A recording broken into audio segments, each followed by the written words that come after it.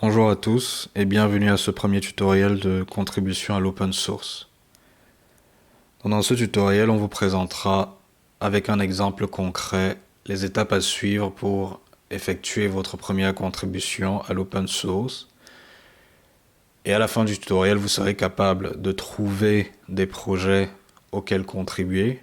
Vous saurez contribuer à ces projets-là.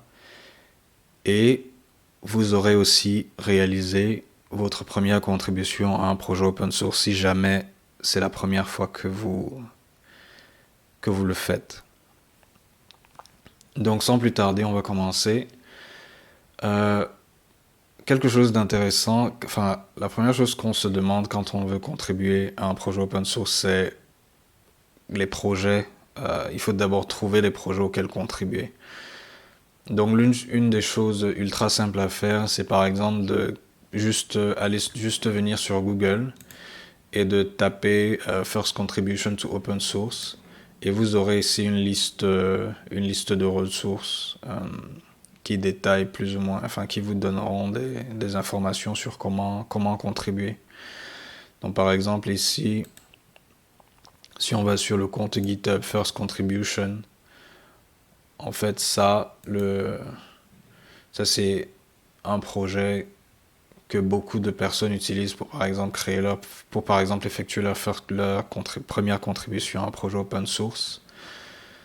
Donc ça c'est assez facile.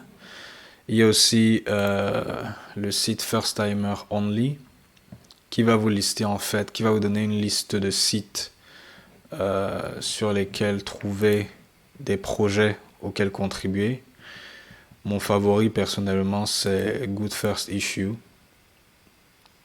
C'est celui-ci que j'adore. Donc goodfirstissue.dev. Et sur goodfirstissue.dev, en fait, goodfirstissue.dev va vous donner une liste de à peu près 1000 projets open source. Et des projets open source qui ont une particularité, c'est qu'elles ont un label. Donc elles ont des issues qui ont un label Good First Issue. Je vais vous montrer tout à l'heure ce à quoi ça ressemble. Donc par exemple, si on essaie de prendre le langage JavaScript, donc vous pouvez aussi choisir les issues par langage. Et vous regardez par exemple, je sais pas moi, Vue.js. Et vous allez si vous regardez par exemple les issues, donc vous avez la liste d'issues ici.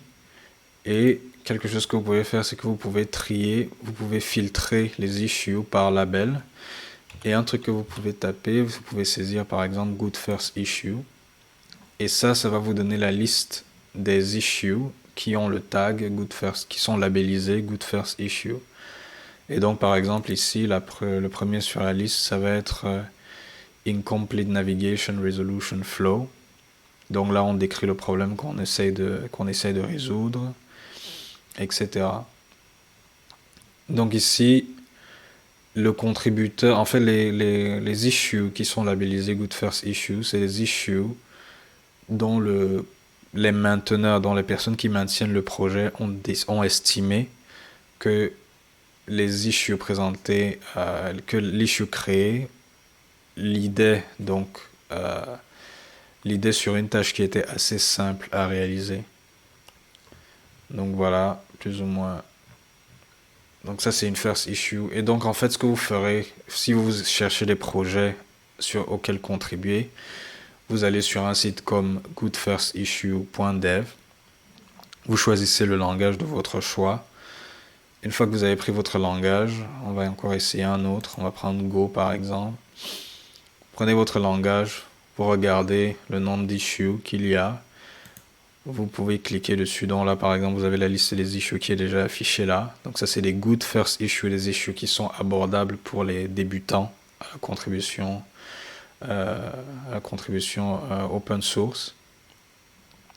Et donc vous pouvez comme ça cliquer et puis directement vous lancer à la réalisation de la tâche qui est listée, qui est décrite dans l'issue.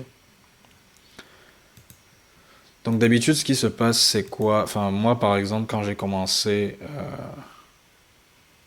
je commençais à contribuer à l'open source, je me suis dit que j'avais ultra peur. Donc, les projets comme ça, c'est des projets qui sont maintenus, qui ont des... Par exemple, ici, vous allez voir, ça, c'est un projet qui a 10 000 étoiles.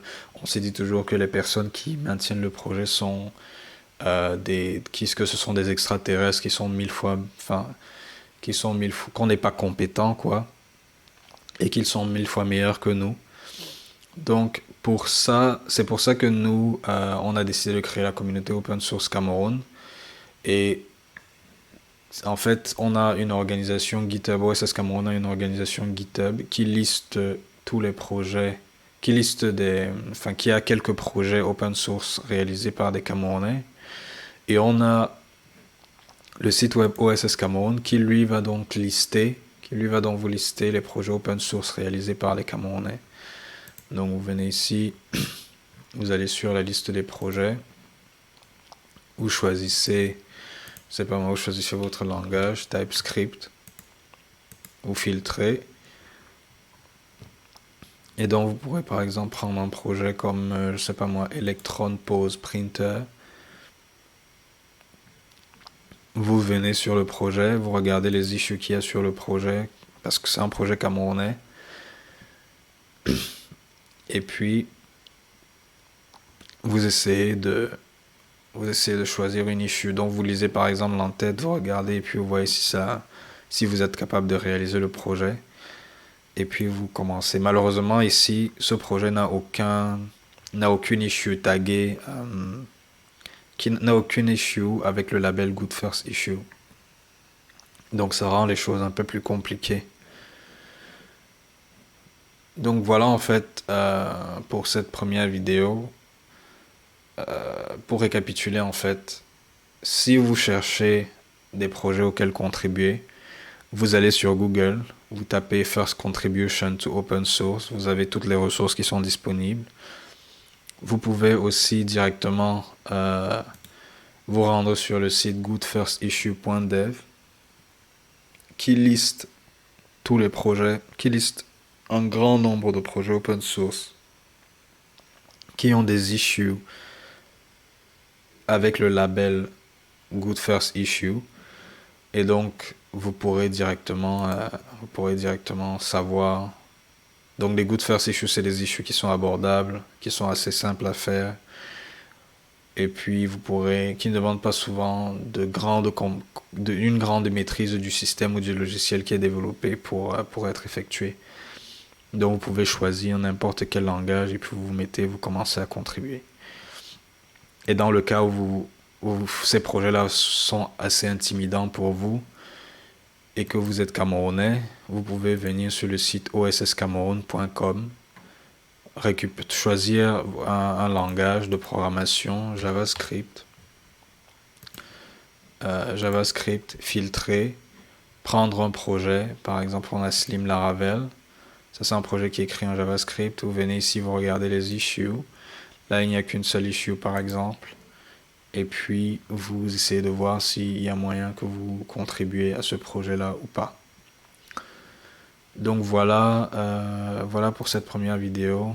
Je vous souhaite bon courage et puis on se retrouve à la vidéo suivante. À plus.